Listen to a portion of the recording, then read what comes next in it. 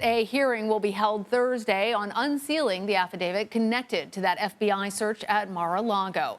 CBS News and several other media outlets have petitioned the court to unseal the record. Former President Trump himself also says he wants to see it, but the Justice Department is opposed, saying it would be harmful to the ongoing investigation. CBS News senior investigative correspondent Catherine Herridge has the latest.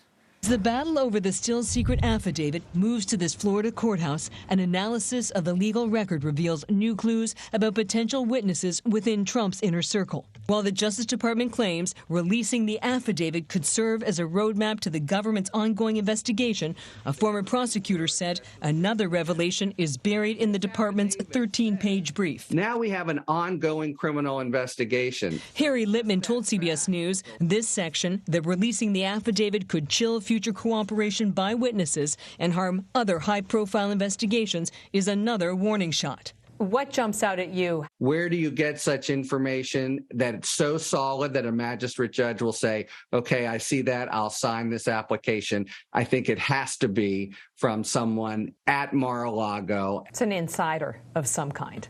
An insider of some kind. Media organizations, including CBS News, will renew their push Thursday to make key records public. Writing in a recent court filing, this matter is one of utmost public interest, involving the actions of current and former government officials. It is the government's burden to overcome this presumption of access. The president's son, Eric, says surveillance video of the FBI search exists, captured by Mar-a-Lago cameras, and will be made public at, quote, the right time. As Trump's legal team complains, the list of seized evidence is too vague. The inventory list they gave us is borderline worthless. And Catherine joins me now with more from Washington. Catherine, good to see you. So what could Thursday's hearing reveal about the details in the affidavit? Well, Lana, the parties, including major media organizations, are up against a very hard deadline of 9 a.m. Eastern Thursday to get their motions filed with the court.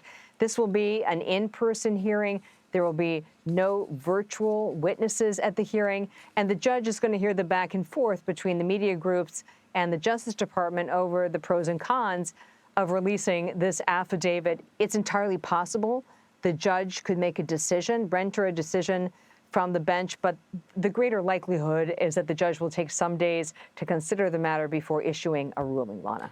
And Catherine, what is potentially going to come next in this investigation? Well, let's just say hypothetically the judge decides against releasing the affidavit. There could be an appeals process by the media organizations and others who want to see a fuller accounting of the evidence that was used to justify the search of a former president's residence in the public view.